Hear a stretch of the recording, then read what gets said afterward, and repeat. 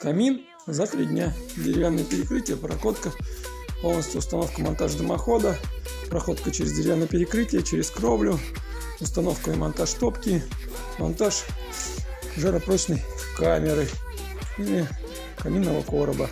Под отделку плитка, либо декоративная штукатурка, либо покраска. Время исполнения 3 дня. С вашими расходниками от нас работа. Ценник в комментариях.